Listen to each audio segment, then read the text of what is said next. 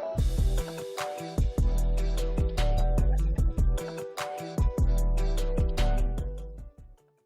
everyone, and welcome to another episode of the SaaS Marketing Show. So today I'm joined by Mike Korba, who is the Chief Commercial Officer over at User.com. And User.com is a single workspace providing you with easy-to-use and robust tools for marketing, sales management, and support teams, from things like visitor tracking to live chat to email marketing. They have you covered with all the tools that you need to build and scale your business.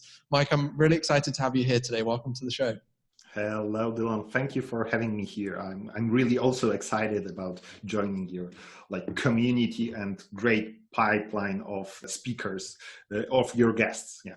Awesome. Thank you so much. Yeah, I'm really pleased to have you here. I'm excited to dive deep into the topic that we're going to cover today, which is how User.com have improved sales conversion rates from 15 to 35%. I'm excited for this one to be super tactical, but I'm also just really happy to be interviewing you, because I was looking through our email history and you and I got on a call what seems like forever ago to talk about User.com. So it's nice to kind of catch up as well and share this conversation with everyone who's listening or watching. These are my favorite kind of podcast episodes to do. So before we get into how the steps that you've taken to improve those sales conversion rates, let's just set the scene a little bit for people that maybe don't know about User.com. Why don't you tell us a little bit of the kind of core, metrics or important business things? So what the team looks like, what kind of revenue size the business is, etc. Yeah, so we are at the beginning of our journey. Yeah, we are still pretty young company. Product hunt launch was in December 2016. So we are coming to 4 years on the market. Currently, it's about 40 people on board. We are on the level of $1 million in annual recurring revenue. Current monthly recurring revenue is on the level about $100,000 per month. Average revenue per user, it's on the level about $380. Yeah, so we have a different plans. This is our third or fifth pricing model, which we are currently experimenting, as usual, as in the SaaS industry. And in terms of really great pitch about what User.com is, I think that you didn't use any marketing material, just came up with how you understand User.com. Yeah, we are a marketing automation platform which covers many channels of communications, like tracking users, live chat, chatbots, emails, web push, mobile push notification. We grown as an alternative to intercom, because live chat was the first, and live chatbot and tracking was the first feature. But on the top of this, we've built a CRM similar to Pipedrive, and the heart of our tool is automation, which is similar to Autopilot, where you build your whole stuff for marketing, sales, and support. Yeah, so this is us. This is User.com. Awesome, thank you. I actually have a question about that too, which I really wanted to ask you. I have in my notes here. It was from a marketing perspective, or even from a sales perspective, is it challenging to how do you nail down your kind of approach or your messaging when there is such a variety of different products or elements within the suite of tools that you guys have, right? Because from my perspective as a marketer, there's different ways that you can look at this. For me at Hey Digital, I know it's a very, very different situation, but our agency, we're a PPC agency that works with SaaS companies to help them with their paid ads and increase their revenue. It's very, very simple for me from my messaging from a marketing perspective, because it's one real core focus and one real target audience and demographic. I always find it fascinating when I'm speaking with different SaaS companies, where some of them have one core tool, some of them have one core audience. Let's say I know that there's tools out there where it's a tool specifically for legal professionals. So it's they have that really core defined niche. How do you guys, is that challenging for you having so many different elements? Because I think you piece it together very nicely with the overall messaging about how all of these things work together. But I'm just interested how that arises in a I believe, because currently I'm a CCO, so Chief Commercial Officer, but I'm connecting Chief Marketing Officer and Chief of Support and Success. And I was the first sales guy in User.com. So this is our biggest challenge, how to tell many features, many channels, many values you can achieve with our solution in the most simple message, like turn every visitor into happy customer. It can be told as our brand claim or like engine of growth, etc., etc.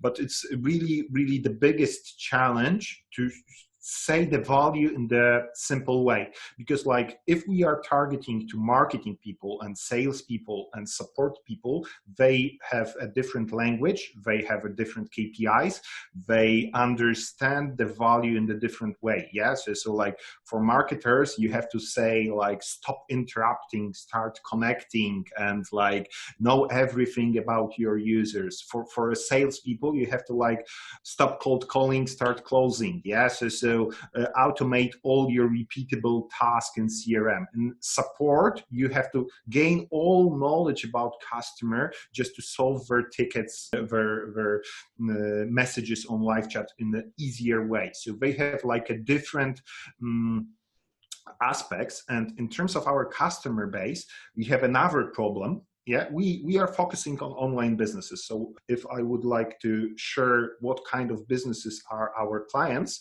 in terms of numbers, I would say that like 30% are SaaS application, about 30% it's e-commerce applications, so places where you can add to checkout, and the left 40%, I would say that about 8%, not in revenue, but in numbers, are responsible for enterprise clients. Some like BNP Paribas in Poland is our client. We have some big players in our portfolio, but those one are like companies who are online companies. We define in the broader like sense our ideal customer as a smart online business. Yeah, so it can be a SaaS, it can be a marketplace, it can be an e-commerce. Sometimes it's combined totally in terms of like business models. Many companies are having like don't have like purchase or add to cart to subscription, but the online aspect are very important in their sales marketing processes.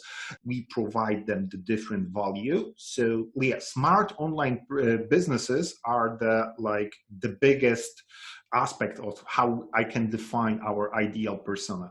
It would be great if I will be like the best marketing automation solution for SaaS businesses on the level of growth. And yes, user.com can be that, yeah, but for your podcast audience, I think that user.com should be like shown that purpose, but I have like also different customers. This is our biggest maybe advantage, but also the biggest problem from our perspective. Yeah, I was thinking that. I was like, I wasn't positioning it as a negative because I can see the positives of it significantly, right? It gives you a lot more space to play with and within with the way that you approach various. Yeah, but it's all, believe me, this is our biggest problem. Yeah, because if you have so many features, the onboarding of your customers can be provided in several ways. Yeah, so somebody will use only ticketing system, somebody will use only live chat and chatbots. Before we are talking about today about improving from 15 to 35%, we have a different pricing when on the pricing level, you were choosing which features of application you will be using. So you can choose like email just to skip from MailChimp to us, live chat just to go from Intercom to us, or CRM just to move Pipedrive data to us. But if you look on the market, each tools are going in the all-in-one tool. Like I've got an email from a Pipedrive, they are launching a live chat. Yeah, so they have like a chatbot and they are launching live chat. Some time ago, they launched an automation module. HubSpot, I would be like that people would treat us as a HubSpot for online businesses. Yeah, because HubSpot are not focused on online business, but they are targeting the same group, like marketing, sales, and support teams. Also, of course, management.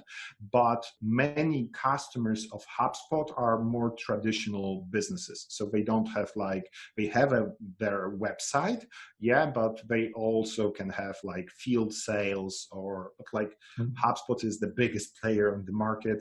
It would be great that in few years, because we are on the level of on the phase of growth, that somebody, user.com is a HubSpot for online businesses. This is like my goal in terms of marketing approach. Okay, awesome. Yeah, thank you for sharing that. So let's get into some of the tactical bits and pieces, because you started to touch on some of them then as well, about what you guys have done to improve this sales conversion rate. You just touched briefly on like the updates to pricing and the way that you've restructured that. So maybe that's something that we'll cover. But let's get into the changes that you've made. So you said you've been able to improve sales conversion rate from 15 to 35%. If you could try your best to wrap up from like a high level first, what the sales process looks like at the moment. I'm sure it varies depending on customer types, etc. But I know that you have a demo booking CTA. I think there's a sign up CTA as well. So maybe just walk us through how much is demo, yeah, sure, how much is self-service, and then let's go into tactical stuff for the next like 10. Okay, I believe to show this move, I have to tell about our pricing and sales approach before and after. And before, as I said, we have such pricing model that it was started about $19 at the beginning, and you were choosing which features you are using. We thought that that was our assumption, that many of our features can drive our growth. So we have a live chat, and like powered by user.com is still a great like source of traffic for signups, etc., etc. But we have like a different features. Web push, like similar to OneSignal, also have a branding with a click-through. Knowledge base also have this feature, and the biggest goal of us was like to show our brand, because our domain wasn't a cheap one. We wanted to show it in as many places as we want. So like a freemium model, which is presented by HubSpot, was the way we believed we should go with. Okay. So many years ago, like 3-4 years ago, we've experimented with the free users, but it didn't work, or a free plan, but it didn't work. So previously, all registration went to the sales team, and they tried to reach out them via email. It was automatic drip email. Firstly, we were trying to educate, like do an onboarding and sales aspect, but after that, we decided to like cut the onboarding just to push it to schedule a one-on-one demo. Yeah. But if we are changing our pricing, we believe that freemium model, so offering some aspects of our features, we couldn't go with such way. So we couldn't like reach out to each user who's registering for a demo, one-on-one demo.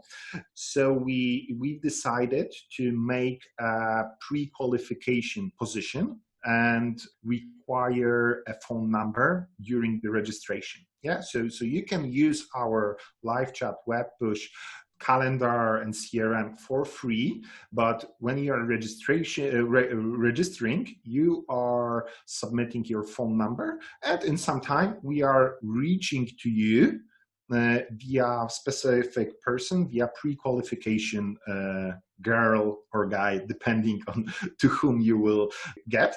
And this person is like, of course, we have on the registration process, we are asking how much big is your company, in what you're interested in, but being honest, people are filling forms like next. Okay. No, that doesn't matter. Show me the tool. Yes. So we couldn't rely on the data, and we are calling those users like via phone manually, and the pre-qualification guy decide actually is that a person, because he can submit in form that he is like one person company, he doesn't interest in all emails and all paid version, just to want to use the free, and pass the Gmail account, like login with Google out. So you believe that it's like not a good lead.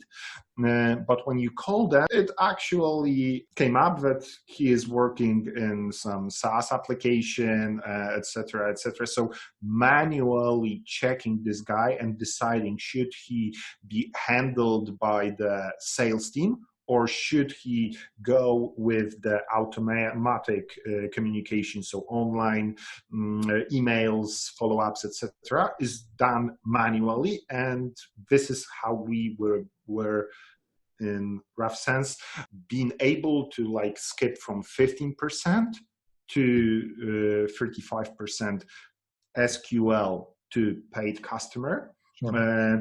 Can I ask a question real quick? Yeah, sure. So I was just looking at the sign up flow as well as you were running through that to kind of visualize it as you were speaking. So there will be like a test person coming through from me. So sorry to the team about that, but I wanted to see. So one thing that's very interesting to me is when I start the sign up process to get my free account, it asks for my first name, last name, email, password, or I can sign up with Google, like you mentioned. Yeah. And so once that's complete, then it takes me to the next stage, which is in order to like set up the project. Then I have to give a couple more of those data points that you mentioned, like the phone number, etc. Now, naturally, I think people are often scared to do this kind of stuff because they think that the volume is going to drop, which obviously I'm sure you did see like a drop in volume when you start asking for phone number, but it sounds like clearly based on the percentage increases, like it is clear that this has actually been a very good move for you guys. Like asking for a phone number and ability to call them directly was a very good aspect. Currently, we are thinking about even maybe on the registration process hide. We plan next week to do this A/B test to hide the Google out. Yes, so login by Google and do verification on the email level that if you pass at Gmail at Outlook, it won't pass you through. Yeah, because we are interested in businesses. Yeah, we mostly use this business model. Of course, it would be hard because for those freemium users, it's like a personal and free users, and those customers are like driving our traffic. But we will experiment like the quality of leads. We are talking about inbound leads, and the thing that we can call them via phone. This is really powerful channel. I know that like push, etc. are powerful, but believe me, like phone calls are still very, very powerful. Did you ever try with collecting the phone number on the very first screen? Because that's where people normally get scared, is putting it there. That's when conversion like drops loads, right? So obviously I know that I would imagine it's been a very conscious decision to collect all of their sign up info first and then on the second screen ask for the phone number. Did you ever try, or have you ever tried asking for the phone number on the front end on like the first? Being honest, no, we didn't try that with asking phone number, like callbacks. Leave the phone number, we will call you back. Our clients use users.com in such way that they are showing a pop-up. Yeah, and if you submit, this is added to a call center and somebody is calling you. As a user.com, we didn't try that tactic, and we are trying to rescue like abandoning form on the each level. Yes, so if you like go only with email on the main side because there are like input and won't submit the second one or the third one, you will get an email notification, hi, like step one lost automation. Yeah, I was going to ask you what that flow looks like and like what you're doing to try and capture those. So you have separate email flows. Are you using like separate remarketing campaigns. Yeah, like that. exactly. Yeah. And the other question I had for you that I'm interested in is when you collect that phone number, I know you said you're calling, like your team are calling people if it makes sense to do so. Are you experimenting with any like text messaging or anything like that? Or is everything purely phone? We were experimenting it, but not on the beginning. Yeah. Currently, we are doing it in that way that like those pre-qualifiers can send a text message, and if they can't reach out to guys via voice, so they are sending sometimes text messages. They feel that we should like reach out to those guys. And in terms of some automatic communication, we have, or maybe we freeze this automation before your trial is ending. We are sending also one SMS message that tomorrow your trial account in user.com will end, you just upgrade, etc., etc. Right. And then another question I had is, so someone leaves their phone number on that second step. Let's say, I know a lot of people will probably leave like bogus phone numbers there as well, right? Like numbers that don't make sense, but there will be people that have the right number. When you call them, when someone calls them and when they pick up the phone, if they do pick up the phone, what is the conversation that happens? Is it like a welcome call? Is it trying to get them onto a demo? Like what does that conversation look like? Because I would imagine a lot of the time, I mean, this is an assumption here, but I would imagine a lot of the time people either aren't actually expecting to get a call, or sometimes if they do get a call, they're not going to want to just dedicate like half an hour for a product demo there and then. Yeah, sure. It's not a half an hour product demo. It's probably, I would have to check it in average, but it's like 2 to max 10 minutes call, rather explore call. So, okay, I saw you sign up. My name is Mike, and I would like to, what was the main goal? Because you submitted in this form that you are interested in this and this, but I just want to confirm that I have proper data and I could like follow you into proper way. What do you want to achieve with user.com? And because like this is the reason of this is the main problem. Yeah, we have so many features that we can't assume that he is a marketer or he is a sales guy or he is a support guy. Is it like 2 people company or maybe 200 people company? This exploring call to get as, of course, welcome, hello, etc., but also like to identify how we should handle this inbound lead. This is the main goal of this reaching direct. And if it fits our like sales team profile, where the goal also of this meeting, when you will find the time for this 30 or 1 hour minute call. Yes. So of course we have like a Calendly aspect. Yes. So this is one of our features that you can schedule a direct time for a call, but people don't do it. So when you have somebody on a call and you're asking, okay, maybe tomorrow I have a free slot at about on Monday at 3 p.m. Central Europe time. How does it feel with you? This is like the main goal. But if it's one person company and we are totally sure that they won't be able to pay for our paid services, it's okay. Thank you. I get it. So I will share with you some links where you can go and check the video recording. Go this through the step-by-step beginner's guide inside the app. If I can help you currently to install your chat widget, I can do it. If not, you will definitely get the messages how to do it. Have a great day. Welcome to user.com family. And that's all. Yeah. Okay, that's awesome.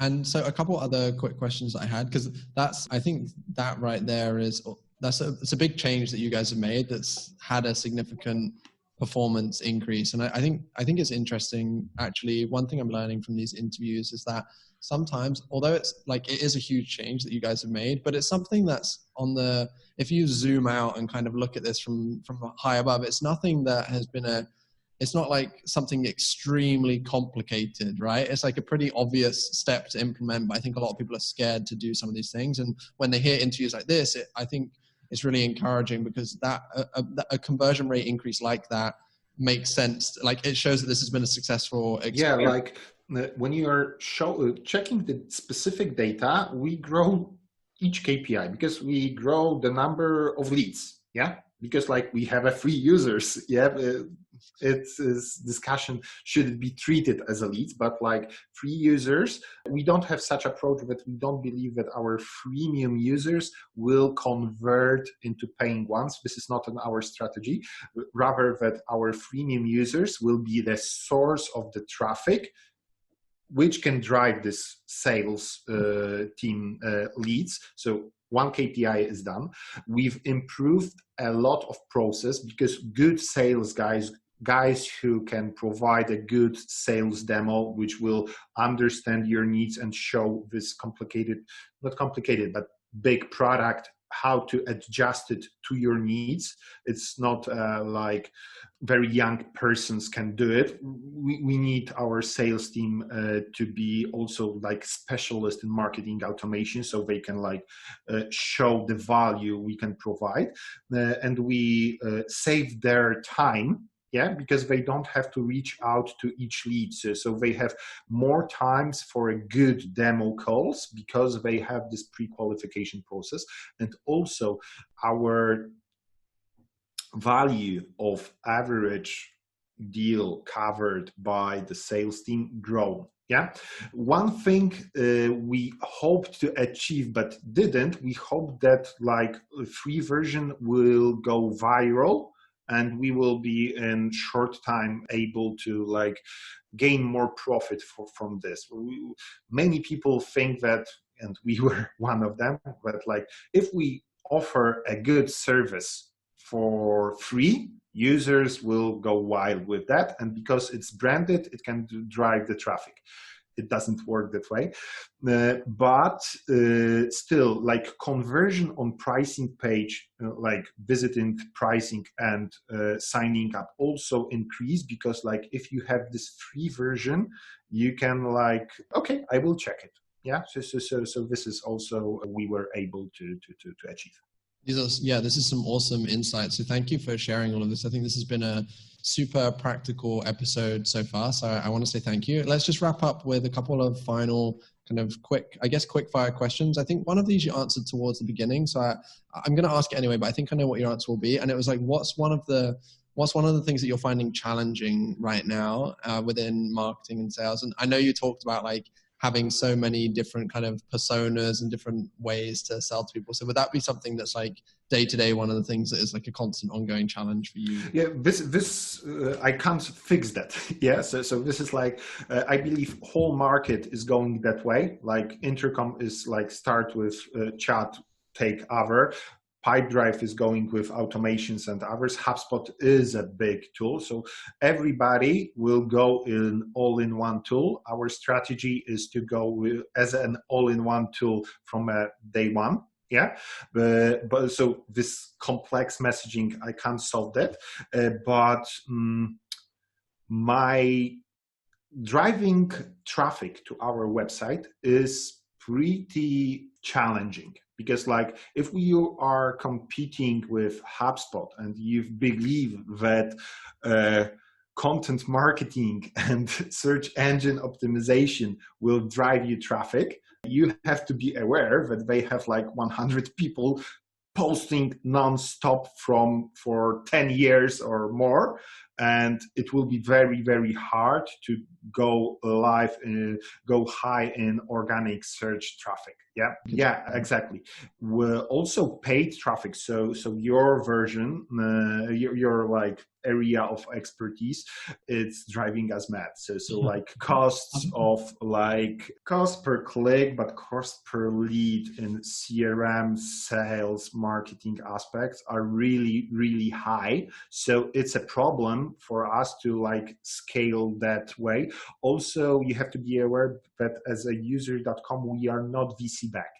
Yeah, we were for a very long time a bootstrapped company. At the end of 2018, we gained a round to like buy a cool domain, but it's not a VC investor, it's rather industry investors. So we believe that like, okay, so let's burn this money and we will gain another round. This is not our like philosophy, and this is not our approach. We believe that we can build a sustainable business and grow, maybe not so fast, but also much more sustainable way. Yeah, for sure. That makes sense. Thank you for sharing that. I wish, like, if we had more time, I would maybe live on the show try and run through some ways that we can support you with like paid ads. I could try and give some tips, but we'll need to wrap this up now. So maybe what we can do is I'm planning on recording like an episode with myself and my team, actually sharing some of our kind of insights for everyone that listens to this podcast. I have done guest appearances on a couple of other shows where I break down our entire approach. So one on Ian Luck, who works at Customer Gauge. He has a podcast that you can check out that I appeared on. And also on B2B growth, I did a podcast episode. I actually did 3 episodes all about SaaS, like PPC. So anyone listening to this can check those out. Mike, I'll give you some like tips after this recording too. We can chat. But I want to say a huge thank you for coming on today. I really appreciate it. You've shared some really useful insights as to how people can improve their sales conversion rates and some interesting experiments that they can run as well. So thank you. If anyone wants to check you guys out, I think it's pretty simple, user.com. Mike, thank you so much for coming on today. This was an awesome episode. I really, really appreciate it. Thank you for having me here.